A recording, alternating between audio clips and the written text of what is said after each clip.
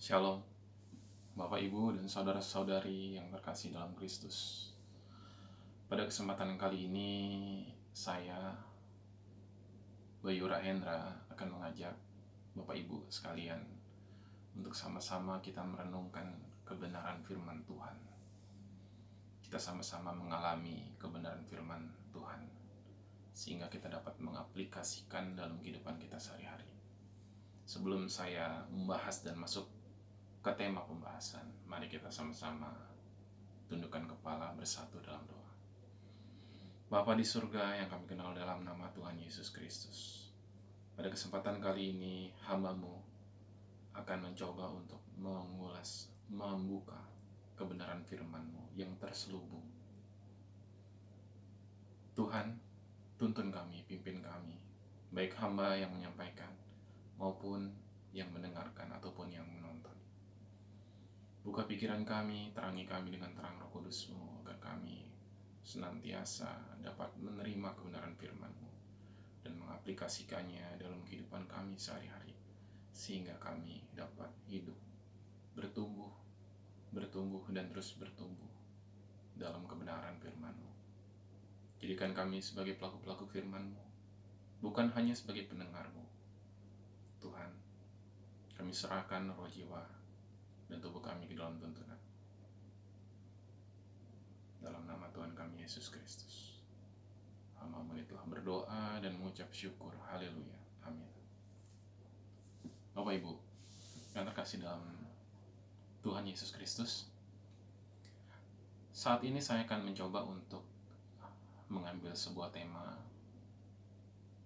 yaitu melakukan hal besar. Tema ini saya angkat dari sebuah nats dalam Alkitab, Perjanjian Lama, Kitab Daniel, pasal 11 ayat 32b. Mari kita sama-sama baca ya. Kitab Daniel pasal 11 ayat 32b, yang berbunyi demikian. Tetapi umat yang mengenal Allahnya akan tetap kuat dan akan bertindak. Tetapi umat yang mengenal Allahnya akan tetap kuat dan akan bertindak. Berbicara dari Kitab Daniel, Kitab Daniel ini sesungguhnya adalah sebuah tokoh yang memiliki jiwa militan, sebuah tokoh yang dikenal dalam 3 dekade, 3 masa kerajaan. Ya, Daniel ini begitu tekun, begitu giatnya, begitu taatnya dalam pergumulannya dengan Tuhan, sehingga dia diselamatkan, senantiasa diberkati hidupnya. Tapi tidak serta-merta orang yang diberkati, orang yang dekat dengan Tuhan itu memiliki hidup yang sejahtera, yang selamat, yang bahagia, yang aman gitu ya. Daniel ini juga melewati hari-hari, melewati hidupnya ini dengan susah payah, dengan kesengsaraan. Tetapi kita sama-sama percaya kesengsaraan yang dibawa dalam hidup seorang Daniel ternyata menghasilkan berkat yang luar biasa. Pada saat itu kondisi hidup Daniel mungkin dari seorang yang biasa-biasa saja menjadi orang yang luar biasa. Tapi perjalanan hidupnya, ketika Daniel ini taat menjalankan perintah Tuhan, maka dia akan beroleh sesuatu yang lebih. Sebagai pelaku firman, sebagai umat Allah, kita dapat melakukan hal-hal besar seperti yang dilakukan Daniel. Sebagian besar kita mungkin suka menonton film, menonton pertunjukan, atau membaca buku, novel, atau apa yang berbau kepahlawanan, yang berbau kesuksesan hidup seseorang, di mana di sana menceritakan kehebatan atau prestasi besar seseorang. Kita membaca autobiografi orang atau biografinya, kemudian kita terbawa, hidup kita seolah-olah kita hanyut dalam kehidupan tokoh tersebut, sehingga kita mengikuti, menjadi berkat hidup kita, menjadi berkat bagi hidup kita. Tokoh itu yang kita jadikan panutan ternyata jadi berkat dalam hidup kita. Kehebatan dan prestasi besar seseorang ini tentu tidak gampang diraih. Artinya butuh ketekunan, butuh pergumulan, butuh kesabaran, kekuatan. Mengapa hal ini bisa terjadi? Karena kita hidup ini diciptakan oleh Tuhan. Tuhan memberikan bekal kepada setiap kita, memberikan talenta. Talenta yang bagaimana? Talenta yang bisa memenuhi atau mencukupi dalam perjalanan hidupnya. Jadi tidak ada orang yang hidup lahir di dunia ini merasa dirinya, wah saya tidak bisa apa-apa, wah saya tidak punya apa-apa. Salah ya Bapak Ibu. Setiap kita diberkati, diberikan talenta, diberikan modal untuk hidup. Tugas kita sekarang apa? Ya harus menggali, harus mencari apa kemampuan kita, pergumulan kita, apa kebisaan kita. Cara itu bisa kita tekuni dengan cara bagaimana? Kita harus mengenal Tuhan. Terlebih dahulu kita harus mengenal Tuhan. Sebelum kita mengenal diri kita, sebelum kita mengenal diri kita, kita lebih dahulu harus mengenal Tuhan.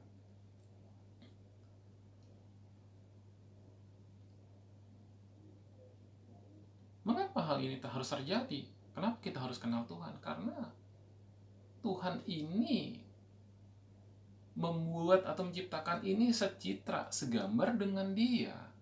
Artinya, ada kesamaan-kesamaan secara genetika. Manusia ini memiliki kesamaan sifat, karakter, ada kesamaan dengan Tuhan. Sehingga secara tidak langsung kita diberikan suatu pemikiran, konsep berpikir, suatu anugerah, keinginan untuk memiliki cita-cita yang setinggi mungkin, mengejar prestasi dalam hidup kita setinggi mungkin, karena ada kesamaan tadi antara Tuhan dengan manusia ciptaan, antara pencipta dengan yang diciptakan. Karena kita diciptakan secitra dan segambar dengan Allah. Sesungguhnya Allah telah menciptakan kita memiliki karakteristik Allah dalam diri kita. Jadi ketika kita melihat diri kita ini secara tidak langsung, kita melihat Allah. Apa yang Allah kerjakan itu ya seperti dalam diri kita ini, karena segambar. Dari mulai konsep berpikir, mempunyai cita-cita dalam perjalanan hidupnya, itu semua hampir sama dengan konsep kerajaan Allah di surga.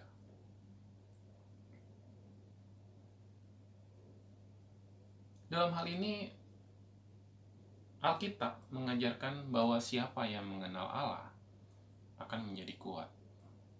Siapa yang mengenal Allah akan menjadi kuat.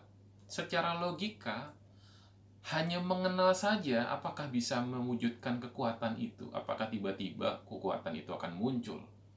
Hanya dengan mengenal, apakah bisa mewujudkan kekuatan itu? Memunculkan kekuatan? Ternyata tidak. Ternyata kita harus mempelajari, mengenal Tuhan dengan mengenal firman-Nya. Dengan bagaimana mengenal Tuhan itu? Ya dengan membaca Alkitab, dengan berdoa, dengan bergumul dengan Tuhan, bercakap-cakap, berdialog, dengan membaca Alkitab. Dengan membaca Alkitab, di sini kita menjadi tahu apa yang dikehendaki Tuhan terhadap hidup kita, apa yang diinginkan Tuhan, sehingga kita dituntun, dibimbing melewati tokoh-tokoh yang kita baca di sana, bahwa keberhasilan seseorang kesuksesan seseorang, ketika dia berperang, ketika dia memimpin sebagai raja, semua tidak lepas daripada tuntunan Tuhan. Ini sebagai guidance kita, sebagai tuntunan kita. Mari Bapak Ibu, kita sama-sama maju berpikir bagaimana cara menyiapkan diri kita, pribadi kita menjadi pribadi yang memiliki jiwa yang besar, jiwa yang memberikan kekuatan bagi orang, yang bisa menjadi berkat bagi orang, memiliki jiwa-jiwa yang militan.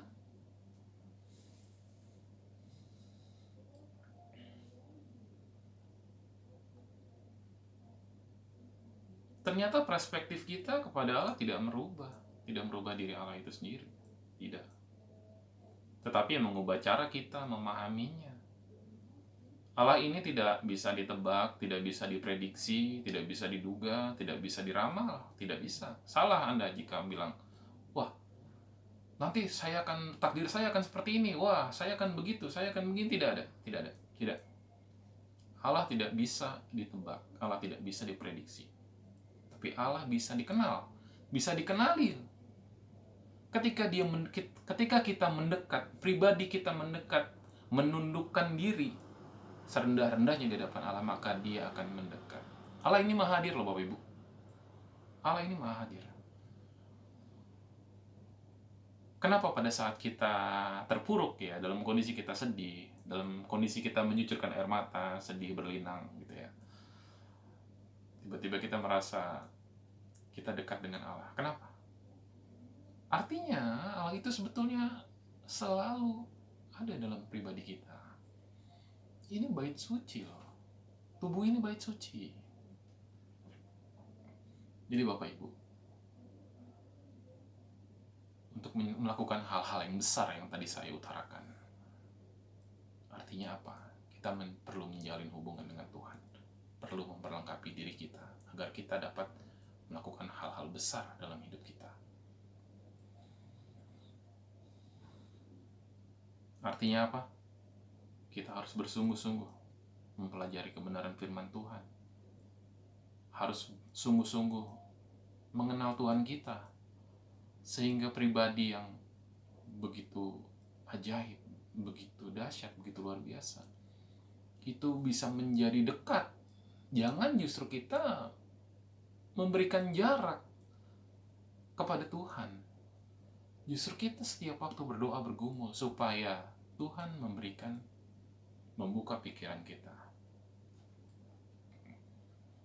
sehingga apa yang menjadi cita-cita kita adalah juga merupakan kehendak Allah. Ketika koneksi itu terjadi antara hamba yang taat dengan Tuhannya, pelaku firman dengan penyampai firman, terjadi koneksi, bersatu, maka tujuan Tuhan dan tujuan cita-cita orang ini satu pikiran.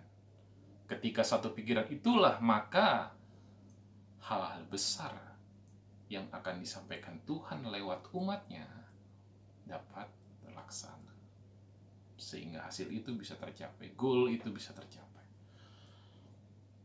Jadi orang-orang yang dipakai Tuhan untuk misinya ternyata butuh kerjasama, butuh interaksi antara Tuhan itu dengan orang yang ingin dipakainya. Kerjasama itu akan menghasilkan hasil yang bagus, yang sempurna.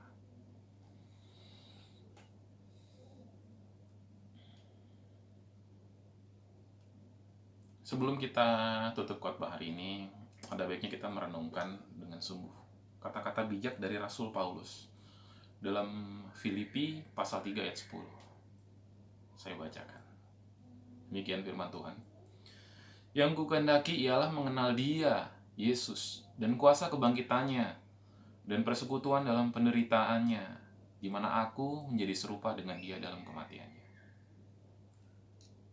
Semoga kita sama-sama bisa menjadi pelaku-pelaku firman yang benar, sehingga kehendak Allah yang ada dalam diri kita bisa terwujud. Tujuan Allah menciptakan kita bisa terwujud, melakukan hal-hal besar yang bisa menjadi berkat bagi orang. Demikian Bapak Ibu, mari kita sama-sama menjadi pelaku firman yang benar. Mari kita sama-sama tundukkan kepala. Bapa di surga, terima kasih atas kesempatan yang Kau berikan, atas kebenaran firman-Mu yang menuntun kami, sehingga hidup kami dikuduskan, hidup kami diluruskan, hidup kami dibenarkan. Tuhan Yesus, tuntun kami terus, pimpin kami, dampingi kami, sertai kami dalam perjalanan hidup kami yang belum selesai. Biar kami memiliki jiwa-jiwa yang militan, jiwa-jiwa yang berani membela kebenaran, membela firman Tuhan. Tuntun kami terus dengan terang Roh Kudus-Mu, agar hidup kami senantiasa diubahkan. Terima kasih Bapa. Hanya dalam nama Tuhan kami Yesus Kristus, dalam nama Bapa dan Putra dan Roh Kudus, hamba-Mu telah berdoa dan mengucap syukur. Haleluya. Amin. Shalom Bapak Ibu. Sampai bertemu kembali dalam waktu yang mendatang. Terima kasih.